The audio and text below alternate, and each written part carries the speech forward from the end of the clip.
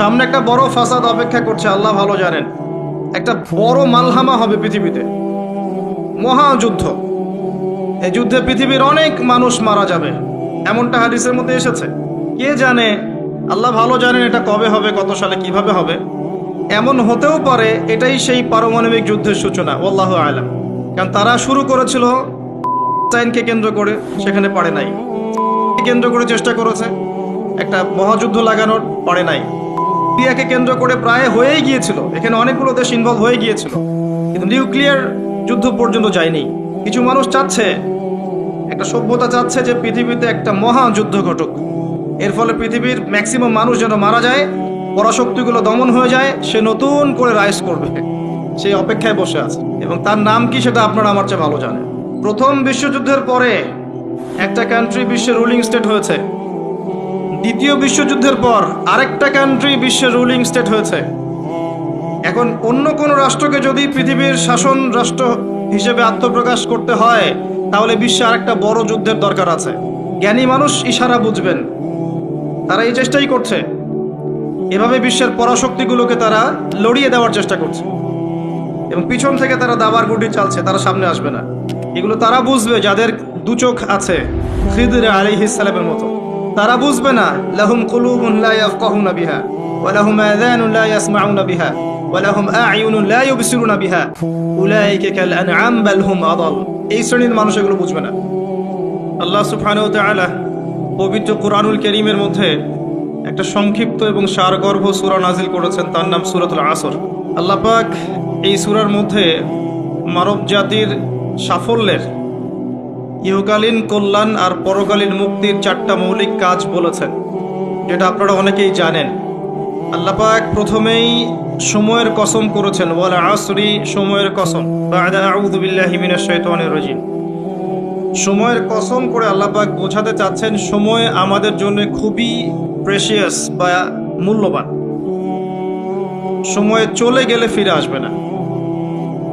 কিয়ামতের মাঠে যে 5টা প্রশ্ন হবে, তার মধ্যে প্রথম 2টাই কিন্তু সময় সংক্রান্ত। প্রথমটা হচ্ছে তোমার সারা জীবন কোন কাজে ব্যয় করেছো, দ্বিতীয়টা হচ্ছে তোমার যৌবনকাল কোন পথে ব্যয় করেছো। এই দুটো সময় সংক্রান্ত প্রশ্ন। আল্লাহ পাক এই সূরার মধ্যে ওয়াল আসরি দিয়ে শুরু করেছেন, সময়ের কসম। একই সাথে আল্লাহ রাব্বুল আলামিন সময়ের কসম করে আমাদেরকে অতীতের দিকে তাকাতে বলছেন। অতীতের দিকে তাকিয়ে দেখো যে প্রত্যেক যুগে যুগে আল্লাহ পাক নবী রাসূল প্রেরণ করেছেন, আসমানি কিতাব নাজিল করেছেন। প্রত্যেক যুগে যুগে যারাই আল্লাহ এবং তার রাসূলের অবাধ্য হয়েছে, আল্লাহ পাক দুনিয়াতেও ধ্বংস করেছেন, পরকালেও ধ্বংস করবেন। এই কথার কোনো ব্যত্যয় আছে?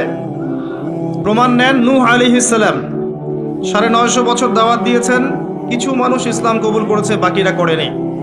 যারা করে নাই আল্লাহ পাক তাদেরকে ধ্বংস করেননি। কি দিয়ে ডুবিয়ে দিয়েছিলেন? প্লাবন দিয়ে। এমনকি নূহ আলাইহিস সালামের স্ত্রী সন্তান পর্যন্ত ঈমান আনে নাই। এনেছে?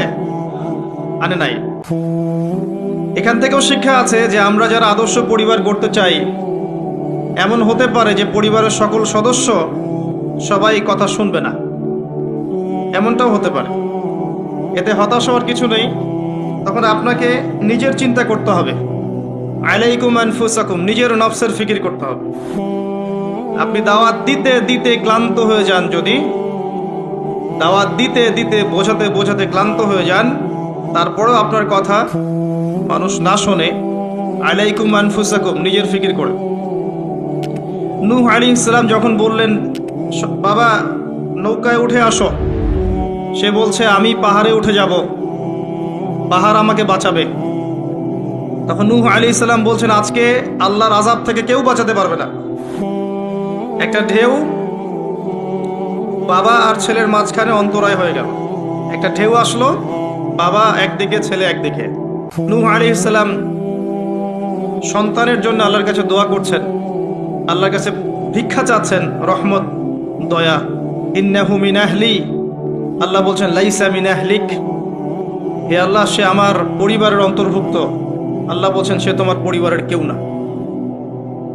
আল্লাহর কাছে দেশ, ভাষা, রক্ত, বর্ণ, জাতীয়তাবাদ, কোনো কিছুর কোনো মূল্য নাই।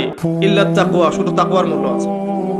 যে ঈমান এনেছে, আকীদা পরিশুদ্ধ করেছে, আমল ঠিক করেছে, তাওহীদ শিখেছে, সুন্নতে থেকেছে, আল্লাহকে ভয় করেছে, সাধ্যমতো আল্লাহর দ্বীনের পথে কাজ করেছে, দ্বীন প্রতিষ্ঠার চেষ্টা করেছে, ইনশাআল্লাহ জান্নাতে চলে যাব। আর যে হোক না কেন, একজন নবীর স্ত্রী হোক না কেন, বা কোনো নবীর আত্মীয় হোক না কেন, যত বড় মানুষ হোক না কেন, যত বড় ধনী হোক, যত সম্পদশালী হোক, যত শৌর্য বীর্য ক্ষমতার অধিকারী হোক, যত কিছু থাকুক না কেন, ঈমান না থাকলে, আমল না থাকলে, তাকওয়া না থাকলে, তাকে কেউ আল্লাহর আযাব থেকে বাঁচাতে পারবে না। পারবে? এটা মৌলিক কথা। আসলে মাহফিলে অনেক কথার প্রয়োজন নাই। আমার কথা বুঝতে পারছেন? অনেক বেশি কথার প্রয়োজন নাই। অল্প কিছু কথা যদি আপনার মনে আসার করে, দিলে আসার করে, যথেষ্ট। প্রথম কথা হচ্ছে এটা, ঈমান, তাওহীদ, নেক আমল, তাকওয়া, এগুলো ছাড়া কিছুই আমাদেরকে বাঁচাতে পারবে না। এবং যার যার হিসেব তাকে তাকেই দিতে হবে। নূহ আলাইহিস সালামের ছেলে জান্নাতে যেতে পারলো না, নূহ আলাইহিস সালামের স্ত্রী হয়েও তিনি জান্নাতে যেতে পারলেন না। প্রত্যেক যুগে যুগে ইব্রাহিম আলাইহিস সালাম, তার বাবা কি ঈমান এনেছে? আরে নাই। তার বাবার পরিণতি হয়েছে তাদের মতোই। লূত আলাইহিস সালাম, তার স্ত্রী কি ঈমান এনেছে? আরে নাই, পরিণতি একই। মুহাম্মদ সাল্লাল্লাহু আলাইহি ওয়াসাল্লামের চাচারা সবাই কি ঈমান এনেছে? তার বংশের মানুষ সবাই কি ঈমান এনেছে? অনেকেই তো তার সাথে শত্রুতা করেছে, করে নাই? আবু লাহাব তার চাচা নন? আবু লাহাব ঈমান এনেছে, চাচা হয়েও সে পার পেল না। তো এই হচ্ছে মূল কথা। আল্লাহ পাক সময়ের কসম করে বোঝাতে যাচ্ছেন, অতীতকালের দিকে তাকিয়ে দেখো, প্রত্যেক যুগে যুগে যারাই আল্লাহর অবাধ্য হয়েছে, তার রাসূলের অবাধ্য হয়েছে, আল্লাহর নাজিলকৃত বিধানের আনুগত্য করে নাই, আল্লাহ পাক দুনিয়াতেও শাস্তি দিয়েছেন, পরকালেও শাস্তি দিয়েছেন। একই সুন্নাহ প্রত্যেক যুগে যুগে। আরেকটা বিষয় আমাদের বুঝে আসে, সেটা হলো ওয়াল আসরি দিয়ে আল্লাহ পাক শেষ জামানার মানুষদেরকে সতর্ক করছেন বেশি। কারণ শেষ জামানার মানুষেরা সবচেয়ে বড় ফিতনার মধ্যে থাকবে, সবচেয়ে বেশি বেশি ফিতনা থাকবে এই জামানার মধ্যে। ব্যক্তি জীবনে ফিতনা থাকবে, ধর্মে ফিতনা থাকবে, পরিবারে ফিতনা থাকবে, সমাজে থাকবে, বিশ্বে থাকবে, সমস্ত ক্ষেত্রে ফিতনা থাকবে। ফিতনা দিয়ে ভর্তি। কিন্তু মানুষ মনে করবে তারা খুব ভালো কাজ করছে, মানুষ মনে করবে তারা খুব ভালো ভালো আমল করছে, কিন্তু এগুলো ফিতনার মধ্যে ডুবে আছে। আপনি দেখবেন এখন তাওহীদের মধ্যে শিরিক ঢুকে গেছে, সুন্নতের মধ্যে বেদাত ঢুকে গেছে। দেখবেন হালাল রিজিকের মধ্যে হারাম ঢুকে গেছে। খুব কম মানুষই এখন হালাল রিজিক খায়, খুব কম মানুষই। সবার ঘরে ঘরে এখন সুদ, সবার ঘরে ঘরে দেখবেন ঘুষের টাকা ঢুকছে, দুর্নীতির টাকা ঢুকছে, আত্মসাতের টাকা ঢুকছে। খুব কম মানুষ হালাল খায়। অনেক সময় দেখবেন আমরাও দাড়ি টুপি রেখেও অনেক সময় বোনদের সম্পত্তির অধিকার দেই না, এমন হয় না? আমরাও অনেক সময় ধর্মীয় লেবাসেও দেখা গেছে আমরা টাকা পয়সা আত্মসাৎ করছি না? এরকমও হিস্ট্রি আছে। খুব কম মানুষ আছে এই পৃথিবীতে যারা হালাল রিজিক খাচ্ছে। আমরা খাস করে দোয়া করি আল্লাহ যেন আমাদের সবাইকে হালাল রিজিক খাওয়ার তৌফিক দান। প্রতিটা ক্ষেত্রে ফিতনা। আপনি সংস্কৃতিতে যান, সেখানে দেখবেন সংস্কৃতির নামে আমরা মেয়েদের সাথে কি করেছি? নারী পুরুষের ফ্রি মিক্সিং করে দিয়েছি। নারী পুরুষ বেলাল্লাপনে একসাথে চলাফেরা করছে, যেখানে আল্লাহ পাক কিছু চাইতে বলেছেন পর্দার আড়াল থেকে, তাই না? সূরা আহজাব পড়েন, সূরা নূর পড়েন। কিছু চাইলে, একটা বেগার নারী যদি কিছু চায়, তাকে পর্দার আড়াল থেকে চাইতে হয়। আল্লাহ যেখানে বলছেন ওয়ালা তাকরাবু জিনা, জিনার কাছেও যেও না, সেখানে আমরা জিনাকে বানাচ্ছি কাছে আসার গল্প। কথা বুঝতে পারছেন? ফ্রি মিক্সিং একদম শুরু থেকে, স্কুল লাইফ থেকে শুরু হবে। একদম ওই যে ক্লাস 5-6 থেকে শুরু করে এসএসসি, এইচএসসি, অনার্স মাস্টার্স, প্রতিটা ক্ষেত্রে, স্কুল, তারপর কলেজ, তারপর বিশ্ববিদ্যালয়, সবখানে ফ্রি মিক্সিং। নারী পুরুষ একসাথে ক্লাস করবে, একসাথে পড়বে, একসাথে ঘুরবে, তারা বন্ধু। আল্লাহ পাক যে সম্পর্কটাকে হারাম করেছেন, এটাকে হালাল করে আমরা শিক্ষা অর্জন করছি, জ্ঞান অর্জন করছি। প্রতিটা ক্ষেত্রে ফিতনা। এরপরেও আছে পোশাকের ফিতনা, মেয়েরা ছেলেদের পোশাক পরছে। আবার কোনো কোনো ক্ষেত্রে দেখবেন ছেলেরাও মেয়েদের পোশাক পরছে, প্রতিটা ক্ষেত্রে আপনি দেখবেন। এবং মেয়েরা ছেলেদের জায়গা নিয়ে নিচ্ছে সমাজে, প্রতিটা ক্ষেত্রে আপনি গিয়ে দেখেন, হোক সেটা আপনার দোকান বা শপিং মলস বা এয়ারপোর্ট বা আপনার ফিল্ম ইন্ডাস্ট্রি বা মডেলিং বা সংস্কৃতির কোনো ক্ষেত্র বা ব্যাংকিং সেক্টর বা corporate sector, even political sector, সব জায়গায় গিয়ে দেখবেন আপনি মেয়েরা ছেলেদের জায়গা নিয়ে নিচ্ছে। ফ্রি মিক্সিং, এটা ফ্রি মিক্সিং কারণে এর ফলে আরও কিছু বিষয় হয়েছে। এর ফলে দেখবেন আপনি জেনা বাড়বে, পরকীয়া বাড়বে, ব্যভিচার বাড়বে, টিজিং বাড়বে, এবং কোনো কোনো ক্ষেত্রে দেখবেন পরিবারের কাঠামো ভেঙে যাবে, ধর্ষণ বাড়বে। এর উপরেও আছে আপনার এই যে নগ্ন ফিল্মস, এই ফিল্মসগুলো দেখার মধ্য দিয়ে এবং গোপনে গোপনে এই পাপের সংস্কৃতিতে লিপ্ত থাকার মধ্য দিয়ে মানুষ ভিতর থেকে পশু হয়ে যাচ্ছে। প্রতিটা ক্ষেত্রে, অর্থনীতি বলেন, সংস্কৃতি বলেন, আপনার পরিবারের দিকে তাকিয়ে দেখেন, ফিতনায় ভর্তি, পরিপূর্ণ। পরিবারের কর্তারা এখন ইব্রাহিমের মতো নয়। পরিবারের সন্তান সন্ততি কোরআন সুন্নাহ বোঝে না, ওযুর ফরজ বোঝে না, নামাজ কালাম ঠিক মতো পড়ে না। পরিবারের মেয়েরা দেখবেন পর্দা করে না। পরিবারে তালিম নাই, হৃদ্যতা, ভালোবাসা নাই, ইল্লা মাশা আল্লাহ। এর বাইরে আল্লাহর কিছু বান্দা আছেন, তাদের কথা ভিন্ন। ম্যাক্সিমাম পরিবারের অবস্থা, পরিবারের উপার্জনে ঠিক নাই, কোন পথে টাকা ঢুকছে পরিবারে ঠিক নাই, ঢুকলেই হলো, হালাল হোক আর হারাম হোক, এই হচ্ছে আমাদের টার্গেট। এনি হাও, যে কোনোভাবে আমাকে একটা জমি কিনতে হবে, বাড়ি করতে হবে, গাড়ি করতে হবে, স্ট্যাটাস বাড়াতে হবে, যেভাবেই হোক আমাকে এগুলো অর্জন করতে হবে। এই হচ্ছে আমাদের জীবনের উদ্দেশ্য। এখন ওয়ার্ল্ড অ্যাফেয়ার্সে গিয়ে তাকিয়ে দেখেন, এই যে ইন্নাল ইনসানা লাফি খুসর, মানুষ অবশ্যই ক্ষতির মধ্যে আছে, আল্লাহ পাক বলেছেন। এই পৃথিবীতে মানুষের ক্ষতি দুই রকম হয়, ইহকালীন এবং পরকালীন। দুনিয়াতে যত করাপশন বা দুর্নীতি, এর মূল কেন্দ্র হচ্ছে মানুষ। প্রতিটা ক্ষেত্রে মানুষ ফিতনা ফাসাদ সৃষ্টি করেছে। আল্লাহ এই কথাটা বলেছেন, যাহারাল ফাসাদু ফিল বাররি ওয়াল বাহরি বিমা কাসাবাত আইদিন নাস। জলে স্থলে যত বিপর্যয় ছড়িয়ে পড়েছে, এটা মানুষের হাতের কামাই, মানুষের হাতের কামাই। এমনকি আমরা পরিবেশটাকেও নষ্ট করে ফেলেছি, আবহাওয়াকে নষ্ট করে ফেলেছি, জলবায়ু নষ্ট করে ফেলেছি, পানির স্তর নিচে নামিয়ে দিচ্ছি, অপচয় করেছি।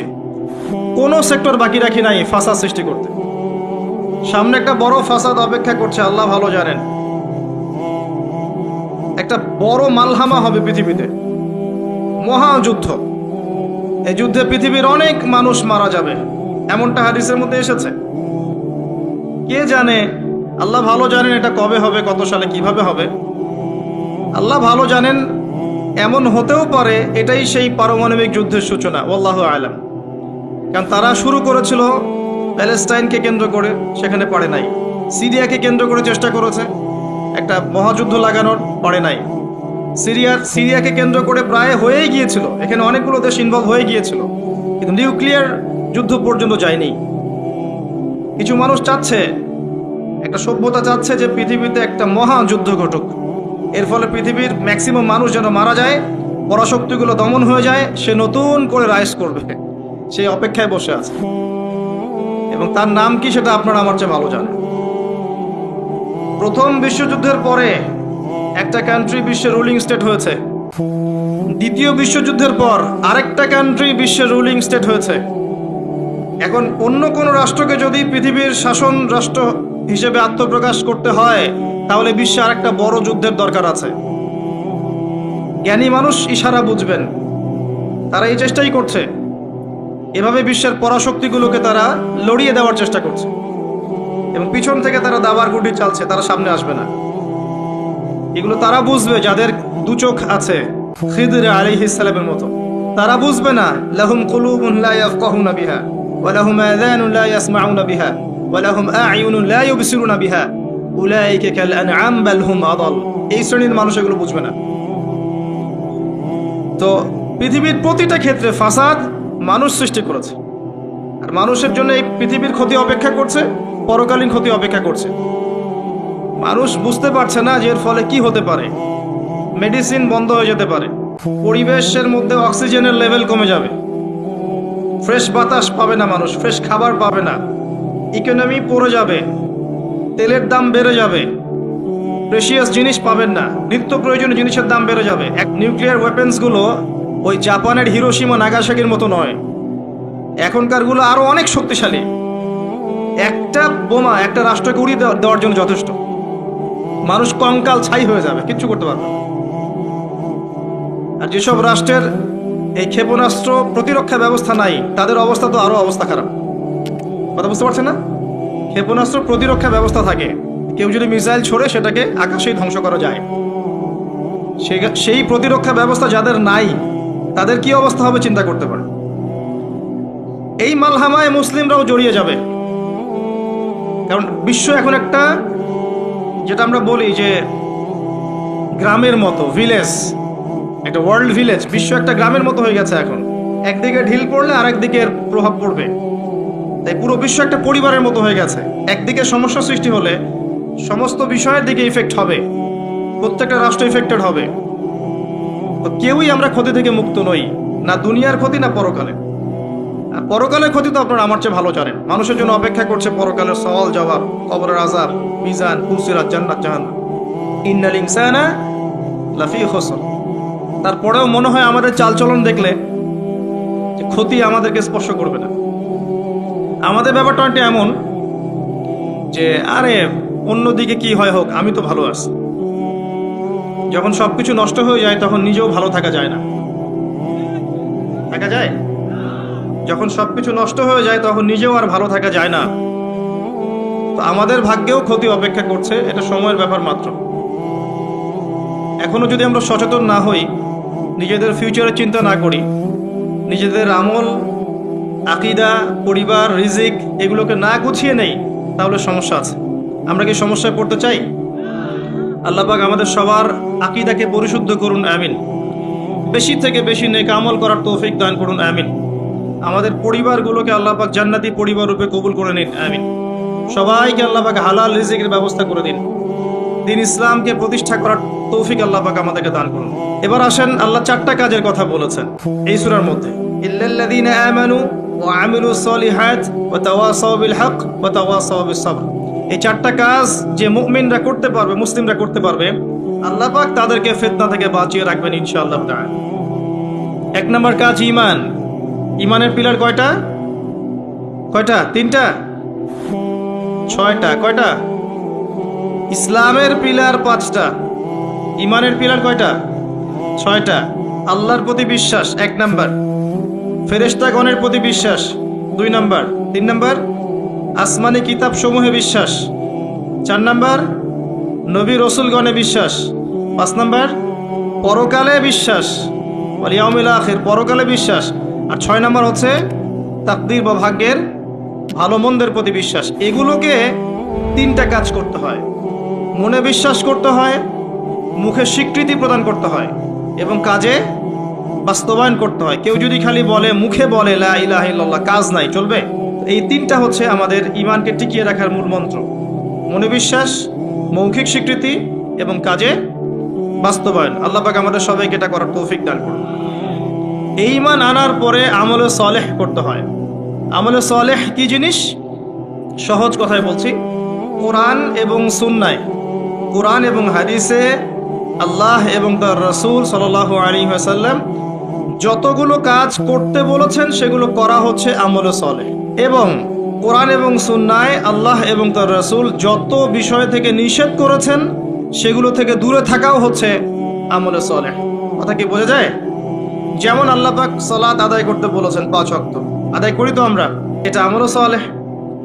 আল্লাহ পাক যাকাত দিতে বলেছেন, নেশাব পরিমাণ সম্পত্তি হলে যাকাত দেই তো আমরা, এটা আমলে সালেহ।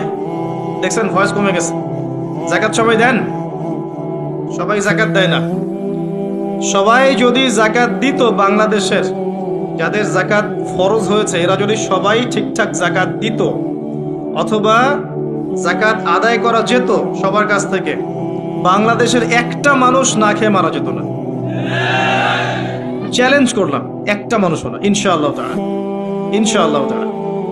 এবং ওই চায়না, রাশিয়া যে বড় বড় প্রকল্পগুলো করে, ওর চেয়ে বড় প্রকল্প আমরা করতে পারতাম ইনশাআল্লাহ। আমাদের সম্পদের অভাব হতো না। আমরাই তো যাকাত দেই না, আমরাই তো ট্যাক্স দেই না, কর দেই না, আমরাই তো ফাঁকিবাজি করি, দুর্নীতি করি, আমরাই আমাদের সম্পদ লুটে পুটে খাই। তখন গিয়ে ওই বাইরের বিশ্বের কাছে আমাদেরকে লোন নিয়ে আসতে হয়, ওয়ার্ল্ড ব্যাংকের কাছে, IMF এর কাছে। আবার সেই লোন শোধ করতে হয় চড়া সুদে। ওই সুদ আপনার পকেট থেকে যায়, আমার পকেট থেকেই যায়। দাড়ি টুপি রেখে ভাবছেন যে সুদ খান না, সবাই সুদ খাই। কে বলেছে সুদ খান না? ওয়ার্ল্ড অ্যাফেয়ার্স বোঝেন না তাই। আমরা যদি সবাই যাকাত দিতে পারতাম, এই চায়না, রাশিয়া, আমেরিকার তাড়ানোর ক্ষমতা ছিল না আমাদের সামনে। প্রতিটা সেক্টরে আমরা উন্নতি করতে পারতাম, শুধুমাত্র ইকোনমিক সেক্টরে না, সমরাস্ত্র ক্ষেত্রে, মিলিটারি ক্ষেত্রে, অস্ত্রশস্ত্রের ক্ষেত্রে, প্রযুক্তির ক্ষেত্রে, প্রত্যেকটা সেক্টরে বাংলাদেশ হতো সুপার পাওয়ার ইনশাআল্লাহ তাআলা। এটা সম্ভব ছিল, আমরা করতে দেইনি, বিকজ আমরা আমাদের যাকাত দেইনি। আমরা আমাদের অর্থনীতিকে সমৃদ্ধ করার চেষ্টা করি নাই। একটা জাতির অর্থনীতি একটা বেসিক জিনিস। ইকোনমিক সেক্টর যদি ডেভেলপ না হয়, আপনি যতই তাকবীর মারেন, নারায়ে তাকবীর, আল্লাহু আকবার, কিছু করতে পারবেন না। এটা বাস্তবতা। শুধু আইওয়াস শোডাউন করে লাভ নাই তো, প্র্যাকটিক্যাল হন। আমাদের মাথা পিছু আয় কত, জীবনযাত্রার মান কেমন, অনেক কষ্ট করা হয় এই সেক্টরে। এখন একটা লেভেলে এসেছে, এটা সত্য কথা যে এখন এই সময় একটা লেভেলে এসেছে যে জীবনযাত্রার মান কিছুটা উন্নত হয়েছে, এটা সত্য কথা, আগের চেয়ে উন্নত হয়েছে। কিন্তু অনেক সেক্টর পড়ে আছে যেখানে আমরা কিছু করতে পারছি না, যেমন প্রযুক্তি খাত, সমরাস্ত্র ক্ষেত্র, অস্ত্রশস্ত্র, মিলিটারি সায়েন্স, অনেক ক্ষেত্র আছে যেখানে আমরা ওদের মতো করতে পারিনি, কারণ আমাদের ইকোনমিক বেসটা দুর্বল। আমাদেরকে ওদের সুদ নিতে হচ্ছে, ওদের কাছ থেকে দান নিতে হচ্ছে, এবং ওরা শুধু এমনি এমনি আমাদেরকে হেল্প করতে চায় না, ওরা ওদের স্বার্থ বজায় রেখেই আমাদেরকে হেল্প করতে চায়। যে উপকার করতে চায়, টাকার ঝুলি নিয়ে, বাস্কেট অফ মানি নিয়ে সামনে আসে, এমনি এমনি আসে না। ওরা ওদের স্বার্থ বুঝে শুনে এটা করতে চায়, চড়া সুদ নিবে তারা, এবং এগুলো সুদ দিতে দিতে আমাদের অবস্থা খারাপ হয়ে যায়। যাকাত দেন প্রিয় ভাইরা, যাকাত দেন। যাকাত আপনার ইকোনমিক সেকশনটাকে সাম্যাবস্থায় নিয়ে আসবে, এবং যাদেরকে আল্লাহ পাক কিছু ক্ষমতা দিয়েছেন, তাদের উচিত, আমি সম্মানের সাথে বলবো, তাদের উচিত যে নিসাব পরিমাণ সম্পদ যাদের হয়েছে, মুসলিমদের অ্যাটলিস্ট, এটা তো অমুসলিমদের সাথে সম্পর্কিত না, মুসলিমদের নিসাব পরিমাণ সম্পদ যাদের হয়েছে, এই যাকাতটাকে সুষ্ঠুভাবে আদায় করার একটা সিস্টেম চালু করেন। দেখবেন ইনশাআল্লাহ তাআলা ইকোনমিক সেকশন অনেক ডেভেলপড হবে ইনশাআল্লাহ। আমরা আমাদের টাকা দিয়ে চলবো। আমাদের দেশে কি ফলে না বলেন তো? এমন কোন জিনিস আছে যেটা আমাদের দেশে ফলে না? কোন মৌলিক চাহিদা, খাদ্য, বস্ত্র, বাসস্থান, চিকিৎসা, শিক্ষা, কোন সেক্টরটাতে আমরা পিছিয়ে আছি বলেন তো? প্রতিটা জিনিস আল্লাহ পাক এই বাংলাদেশকে উজাড় করে দিয়েছেন। ভালো করে চিন্তা, সমুদ্র আছে আপনার, নদী আছে আপনার সবুজ শ্যামল মাঠ দিয়ে ভর্তি, আপনার ধান, গম, পাট, কত কি যে হচ্ছে বাংলাদেশে, অবাক করা বিষয়। এই দেশের মাটিতে অনেক বড় বড় আল্লাহর ওলিরা এসেছিলেন, জানেন? অনেক বড় বড় দোয়া করেছেন তারা দেশের জন্য, এই জায়গার জন্য। জায়গাটা এমনি এমনি তো সুজলা সুফলা হয়নি। আল্লাহর বান্দারা যখন এখানে তাওহীদে থাকবে, সুন্নতে থাকবে, ইসলামে থাকবে, আল্লাহ আসমান জমিনের বরকতের দরজা খুলে দেবেন ইনশাআল্লাহ। এখন পর্যন্ত এখানে বহু বরেণ্য ওলামা কেরাম আছেন, আল্লাহকে সেজদা করা মানুষের অভাব নাই। মানুষ 5 ওয়াক্ত নামাজ পড়ে, মানুষের মধ্যে ইসলামের প্রেম আছে, মহব্বত আছে।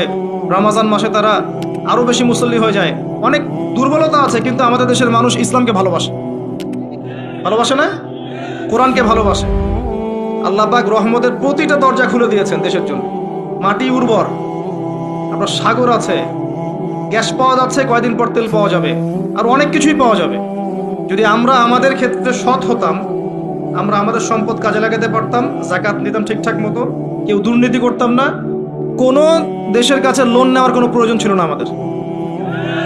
আমরা আমাদের মতো করে চলতে পারতাম, মাথা উঁচু করে। এখন এই ক্ষমতা আল্লাহ পাক যাদেরকে দিয়েছেন, তারা যদি এই বিষয়গুলোর দিকে চোখ দেন, এটাই সবে কল্যাণকর। এটা সবার দায়িত্ব নয়, যাদেরকে আল্লাহ পাক এই দায়িত্ব দিয়েছেন তাদের জন্য এই বিষয়গুলো। আমরা শুধু সর্বোচ্চ বিষয়গুলোকে বোঝানোর চেষ্টা করতে পারি বা মানুষকে দাওয়াত প্রদান করতে পারি, এতটুকু। আল্লাহ পাক আমাদেরকে বোঝার তৌফিক দান করেন। প্রতিটা ক্ষেত্রে আমরা উন্নতি করতে পারবো যদি আপনি সালাতে আসেন, যাকাতে আসেন, ইসলামে আসেন, কোরআন সুন্নায় আসেন। কি বলছিলাম? ইমানের 6 পিলারে 3টা কাজ: মনে বিশ্বাস, মৌখিক স্বীকৃতি, কাজে বাস্তবায়ন, তারপরে আমল সালেহ। প্রতিটা কাজ যা আল্লাহ এবং তার রাসূল করতে বলেছেন, করলেই আমল সালেহ। যেমন নামাজ, আমল সালেহ; যাকাত, আমল সালেহ। আপনি সামর্থ্য হলে হজ করবেন, আমল সালেহ; উমরা করবেন, আমল সালেহ। রমজান মাস আসছে সামনে, রমজানে 30টা রোজা রাখবেন, তারাবির সালাত পড়বেন, কোরআন খতম দিবেন, সব কি? আমল সালেহ। আমরা দোয়া করি আল্লাহ পাক যেন আমাদের সবাইকে রমজানে পৌঁছে দেন এবং বেশি থেকে বেশি রমজানে আমল করিয়ে গুনাহ মাফ করানোর তৌফিক আল্লাহ পাক আমাদেরকে দান করুন। প্রতিটা কাজ পিতামাতার খেদমত করা, চুপচাপ যেখান থেকে নিয়েছো চুপচাপ রেখে চলে যাও, না হলে তোমার জন্য অপেক্ষা করছে পরকাল একটা শাস্তি। আল্লাহ পাক কিয়ামতের মাঠে ওঠার সাথে সাথে তোমার ডান হাত কবজি পর্যন্ত কেটে দিবেন, খুব সতর্ক।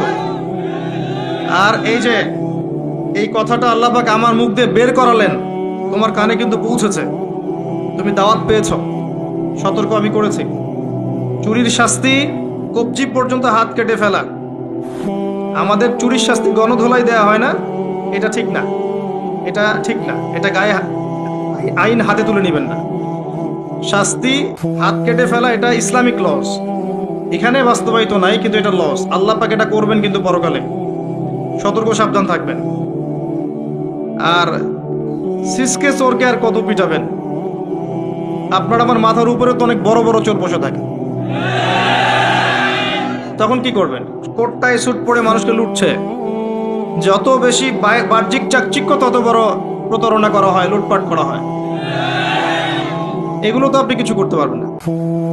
যে ভাই এই কাজ করেছেন, আল্লাহর ওয়াস্তে এই বিষয়গুলো রেখে চলে যান, গোপনে রেখে চলে যান।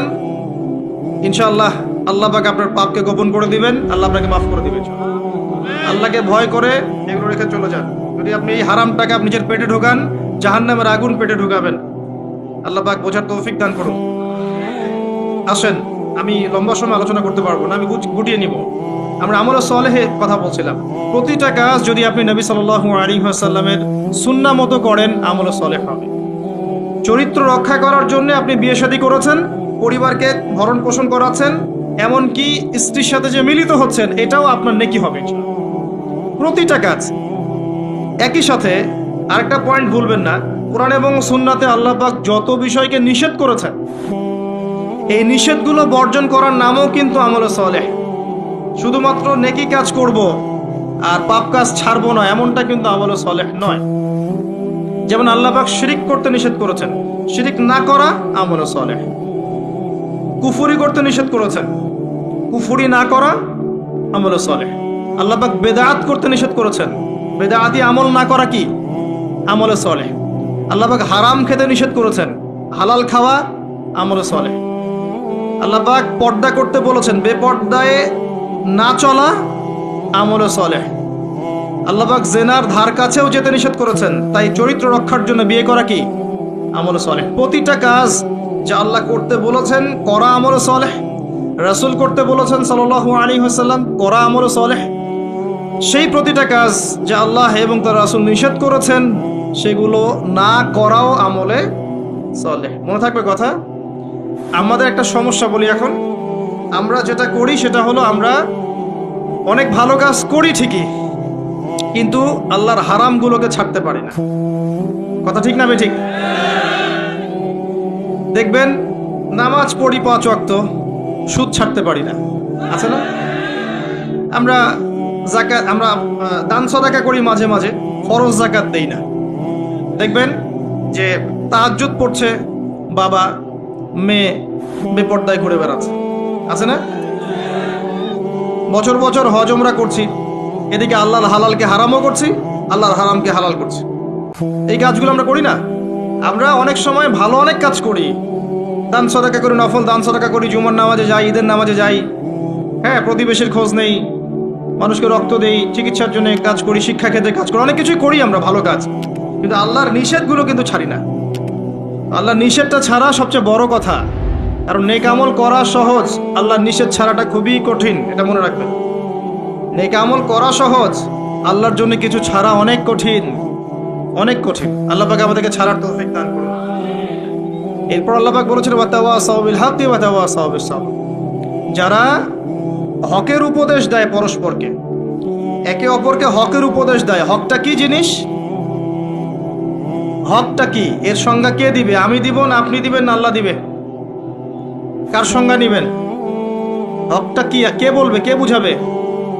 আল্লাহ বুঝাবেন। আল্লাহ বলছেন হকের সংজ্ঞা, সূরা কাহফ। আজকে জুমার রাত না? সূরা কাহফ অবশ্যই পড়বেন। সূরা কাহফের ফজিলত আপনাকে আল্লাহ পাক ফিতনা থেকে বাঁচাবে ইনশাআল্লাহ। এই সূরার 29 নম্বর আয়াতে গিয়ে দেখবেন আল্লাহ পাক হকের সংজ্ঞা দিয়েছেন। আল্লাহ পাক বলেছেন ওয়াকুলিল হাক্কু মির রাব্বিকুম, হক সেটাই, ভালো করে শুনেন, হক সেটাই, সত্য মিথ্যার মানদণ্ড সেটাই, ন্যায় অন্যায়ের মানদণ্ড সেটাই, জ্ঞানের মানদণ্ড সেটাই, ঠিক আছে, যেটা তোমার রবের পক্ষ থেকে নাজিল হয়।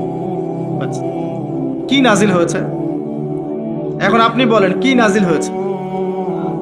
যখন তাওরাত নাজিল হয়েছিল ওটাই হক ছিল, ইনজিল নাজিল হয়েছে ওটাই হক ছিল, জাবুর নাজিল হয়েছে ওটাই হক ছিল। এখন কি আছে? কোরআন এবং এর ব্যাখ্যা হাদিস। কিয়ামত পর্যন্ত কি অন্য কোনো উৎস আসবে? অন্য কোনো নবী আসবেন? আর কোনো রসুল আসবেন? গোলাম আহমেদ কাদিয়ানি যতই বলুক, সে কি নবী হয়ে যাবে? সুবহানাল্লাহ। কিছু মানুষ এখন তাদেরকেও নবী বলে গ্রহণ করছে। আর এটা কিয়ামতের সাইন। আমি অবাক হচ্ছি না, কারণ নবী সাল্লাল্লাহু আলাইহি ওয়াসাল্লাম বলেছেন কিয়ামতের আগে 30 জন ভণ্ড নবীর আগমন ঘটবে। কতজন? তার মধ্যে 4 জন হচ্ছে মহিলা, তার মধ্যে 4 জন কে? মহিলা, বাকিরা পুরুষ। তো এই হলো অবস্থা। নবী সাল্লাল্লাহু আলাইহি ওয়াসাল্লামের ঠিক পরেই আবু বকর রাদিয়াল্লাহু আনহু যুগেও একাধিক ভণ্ড নবীর আগমন ঘটেছিল, এখনো হচ্ছে। এরপরে কিয়ামত পর্যন্ত কোনো নবী আসবে? নবীর ওয়ারিশগণ থাকবেন। নবীর ওয়ারিশ কারা? উলামায়ে কেরাম, তারা নবীর ওয়ারিশ। এবং আমার নাসিহা হচ্ছে আপনি কোরআন এবং সুন্নাহটাকে তাদের সোহবতে গিয়ে পড়েন এবং বোঝেন। এটা সবচেয়ে বেশি ইম্পর্টেন্ট, কারণ কোরআন এবং সুন্নাহ তাদেরকে দেখে শিখলে আপনি ভালো শিখতে পারবেন। এবং এটা হচ্ছে সেই নববী সুন্নাহ। এখানে গিয়ে আপনি দেখতে পারেন, একজন সাধারণ মানুষ হিসেবে আপনি দেখতে পারেন যে অনেকের মাঝখানে হয়তো ইখতিলাফ আছে, ঠিক আছে, মতপার্থক্য আছে। এই মতপার্থক্যে আপনি ঢুকবেন না। তারা যদি মতপার্থক্য করে এটা তাদের উপর ছেড়ে দেন। আপনি সবাইকে সম্মান করবেন। কথা বুঝতে পারছেন? আপনি সব আলেমদেরকে সম্মান করবেন। হকপন্থী ওলামায়ে কেরাম যারা আছেন সবাইকে আপনি সম্মান করবেন। সবার সাথে আপনি সখ্যতা বজায় রাখবেন। তারা আপোষে কার সাথে কি করছে এটা আপনার দেখার দরকার নেই। কথা বুঝতে পারছেন? উদারভাবে যদি চিন্তা করেন তখন আপনি বুঝবেন যে আমরা সবাই এক এবং আমরা সবাই মুসলিম উম্মার অংশ। কেউ কারো শত্রু নই, আমরা সবাই একে অপরের ভাই। যদি কেউ আপনাকে ভাই মনে না করে, আপনি তাকে ভাই মনে করেন, ইনশাআল্লাহ ঐক্য হয়ে যাবে। আল্লাহ পাক তৌফিক দান করুন বোঝার। আরেকটা মূলনীতি আছে যা আমি চেষ্টা করি মেনে চলার, যে প্রত্যেকের মাঝে আপনি কিছু ভালো জিনিস পাবেন।